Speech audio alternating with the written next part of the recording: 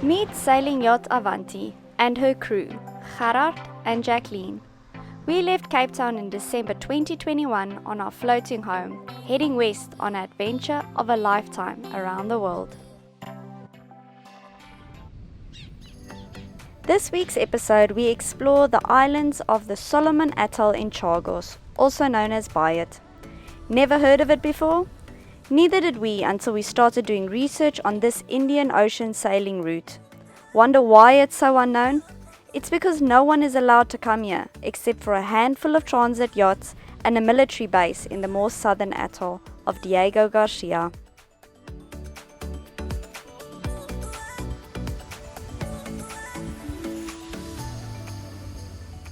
Due to these islands' remote location and detachment from the rest of the world, nature still reigns king here. The bird life was something we've read about, but simply didn't understand how many birds there would be, and how unfazed they are with the humans walking by. An estimated 50 different species of birds have been recorded throughout the archipelago, and due to its remote location, it's unlikely that Chagos was ever home to a native land bird community.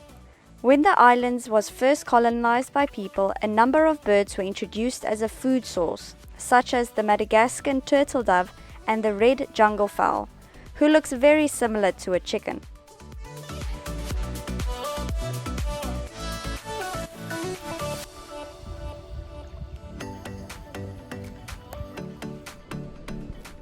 Birdwatching at sunrise and snorkeling with the sun high became a little routine for us.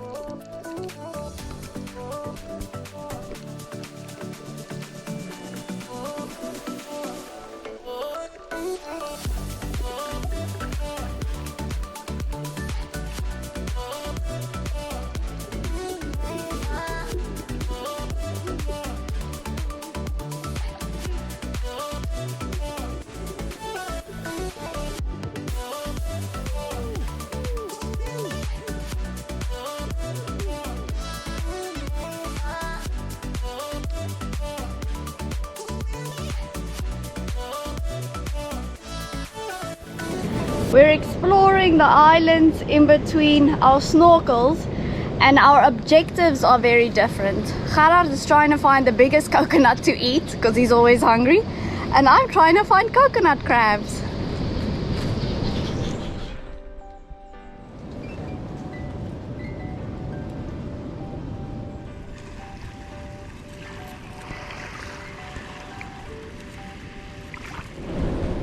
Found the biggest one so far. Meet the famous coconut crab. It's protected on these islands and can be red or blue in color. It's family with the hermit crab, but much larger and grow out of its shell quite quickly. Looks like a cross between a lobster and a crab. Once they are too big for shells and coconuts to protect them, they rely on their exoskeleton for protection. Yes, as per their name, they eat coconuts and have also been seen eating rats or small birds, and mostly hunt at night. They rely on their strong sense of smell as well as their strong claws to get their meals. A mature coconut crab can have a leg span of over a meter and can lift around 30 kilograms with their claws. Their biggest predator, of course, is humans, and that's why it's so important to have these sanctuaries where they can thrive.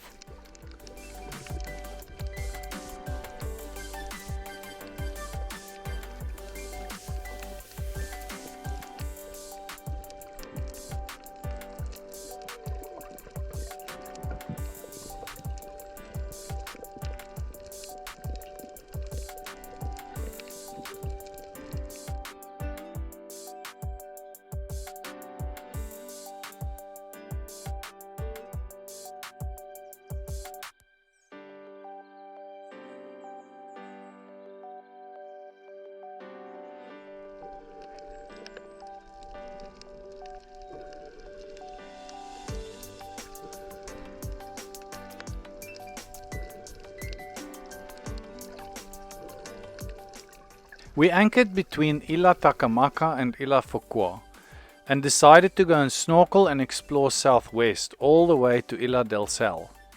Once we got this far, we decided we might as well continue to Ila Bottom, the island where people once lived. This is also where there was once a yacht club or a place for sailors to meet, as well as mooring balls. Sadly, all the mooring balls are now gone. We were very happy that we didn't bring Avanti here. Not only is it a minefield of bommies, but there's very little space to anchor, so bringing the dinghy here is a much better idea. I forgot my shoes, and now luckily I found 2 small children's flip-flops. Now we've got shoes to explore. Chagos was uninhabited until the late 1700s when the French established copra plantations here. Slaves were brought in from Africa and India to work in the plantations.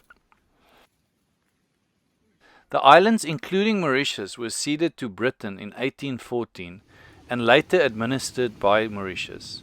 After emancipation, some slaves became contract workers in the plantations. As the copra industry declined, the companies and land were sold to Biot. Biot also started using the main island as a military base in conjunction with the US. Most of the plantation workers were eventually sent to Mauritius, Seychelles, and the UK.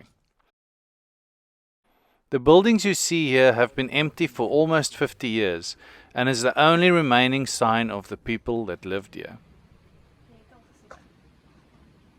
The people of Chagos are currently in courts with claims to get back to the islands. This place looks quite eerie and cool, but too many mosquitoes.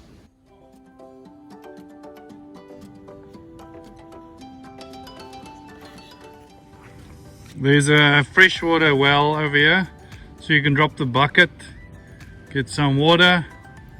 Not sure if it's drinkable, but it doesn't taste salt at all.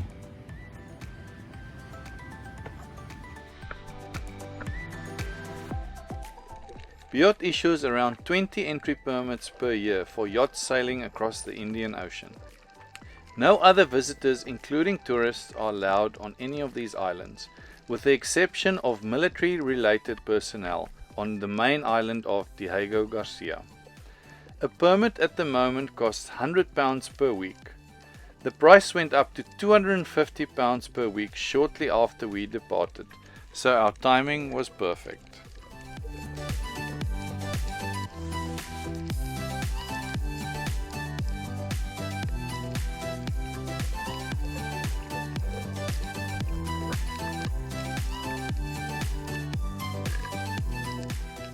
After a full day in the water and seeing so many fish, we decided it was time to try and catch our dinner with our dinghy.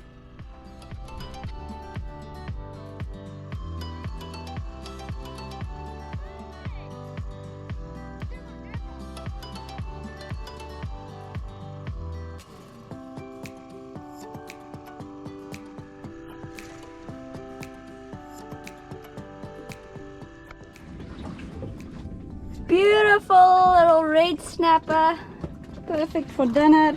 Are you happy with your catch? I would have preferred a GT, but at least the snapper is good for eating, much better for eating. So it wasn't a fight, but yeah, we're gonna enjoy it tonight.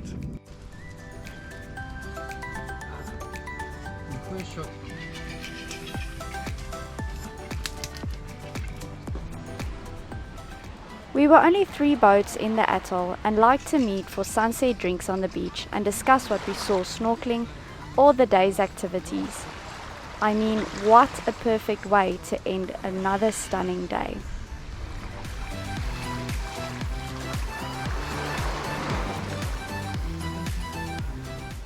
Next week we explore one more island before the weather gives us a good window for getting to our next destination. Please give us a like and subscribe to join our journey. Thank you to our Patreons for the contributions to the making of these videos, and we look forward to seeing you next week.